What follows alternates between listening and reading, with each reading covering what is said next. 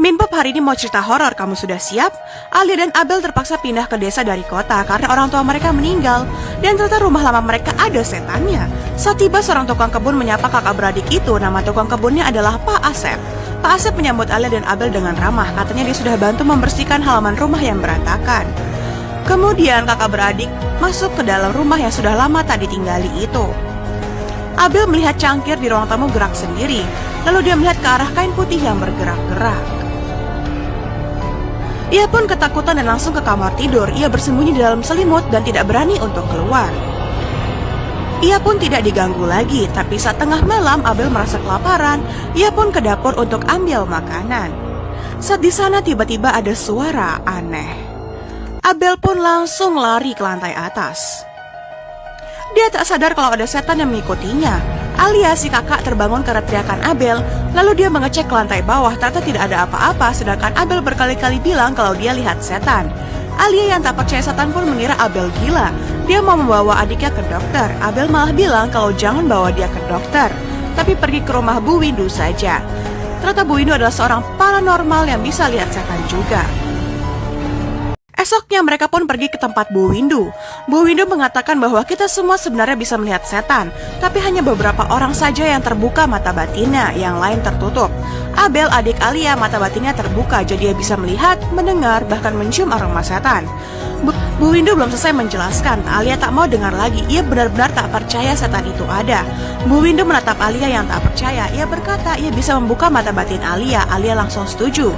Bu Windu pun membiarkan Alia dapat melihat wujud setan yang sesungguhnya. Alia mau membuka mata batinnya. Sebelum dibuka, Bu Windu memberinya peringatan. Sekali mata batin dibuka, takkan bisa ditutup lagi. Alia akan dapat melihat dan mendengar setan. Kemudian Bu Windu meminta Alia menyilangkan tangannya. Bu Windu menyiapkan bahan-bahan lalu menutup mata Alia. Bu Windu mengarahkan jari ke kepala Alia dan merapal mantra-mantra. Setelah ritual itu, mata batin Alia berhasil terbuka. Kini di setiap sudut mulai tampak setan-setan. Alia mencoba berjalan ke seluruh ruangan lalu berkata, mana setannya? Alia masih belum melihat setan juga. Ia dan Abel pun pulang ke rumah. Setibanya di rumah, Alia terkejut melihat lengannya lebam. Alia pun mengeceknya ke dokter. Tapi di toilet rumah sakit tiba-tiba muncul sosok yang mengagetkannya. Lalu setan itu langsung mengejar Alia. Alia yang ketakutan langsung lari ke lift.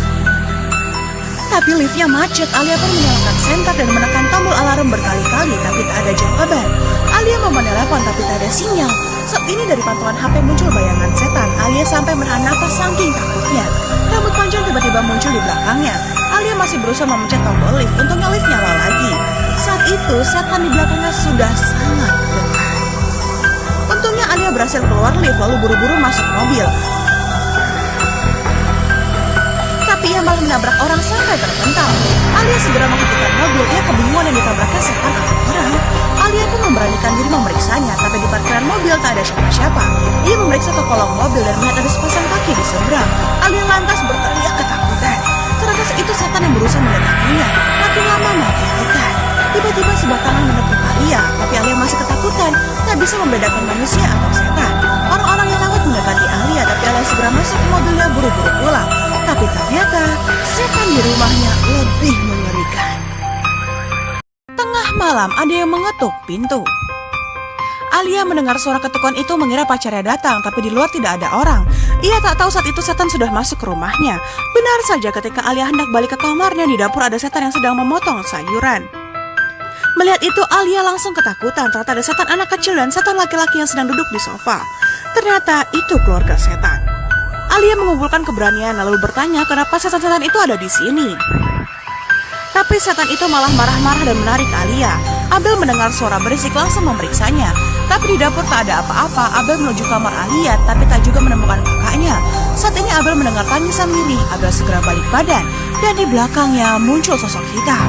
Abel langsung lari masuk ke kamar. Setan di luar berteriak agar dibukakan pintu.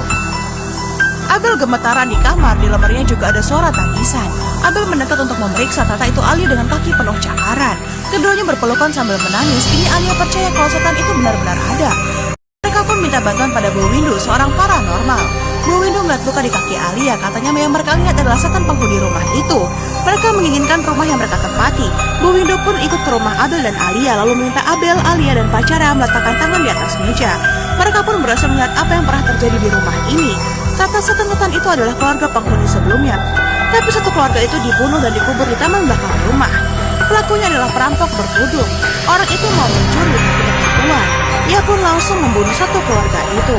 Ternyata pencuri itu adalah tukang kebun mereka, Pak Asep, yang juga tetangga Alia dan Abel saat ini. Ketika semua menjadi jelas, Alia malah dirasuki oleh setan penghuni rumah. Ia ingin menggunakan badan Alia untuk balas dendam dengan Pak Asep. Alia tak bisa dihentikan. Alia pun langsung berjalan keluar rumah dengan membawa tongkat di tangan. Alia tiba di depan rumah Pak Asep. Mendengar ada yang datang, Pak Asep membuka pintu. Tampaklah Alia yang kerasukan. Kemudian Alia memecahkan jendela rumah Pak Asep. Ia juga mengambil gunting rumput dan menusuk badan Pak Asep. Alia yang kerasukan menuntaskan balas dendam setan-setan itu. Pak Asep pun tewas dengan tragis. Saat itu Abel dan Bu Windu bergegas datang. Bu Windu merapal mantra, menyuruh setan itu jangan mengganggu Alia dan Abel lagi, karena sudah menuntaskan balas dendamnya. Alia dan Abel pun dapat hidup damai lagi.